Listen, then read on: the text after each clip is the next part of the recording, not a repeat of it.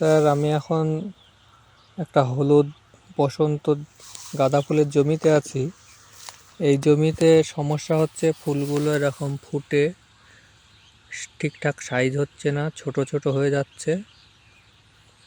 আর ফুলের জমিতে ধরনটা কম, সমস্ত গাছে কুড়ির সংখ্যা সমান নেই।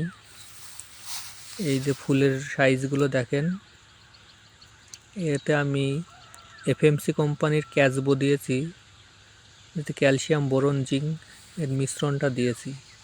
আলাদা করে বোরনও স্প্রে করিয়েছি, পরপর দুবার করিয়েছি 10 দিন পর পর। তা সত্ত্বেও জমিতে ম্যাক্সিমাম অংশেই ফুলগুলো এরকম হয়ে যাচ্ছে। আর স্যার গাছের চেহারাটাও খুব উজ্জ্বল হচ্ছে না, আর ডেভেলপ হচ্ছে না। আর কুড়ির সংখ্যা এই দিকটায় বেশি থাকলেও এর ডান সাইডের জমির দিকটাতে কুড়ির সংখ্যা অনেক কম আছে।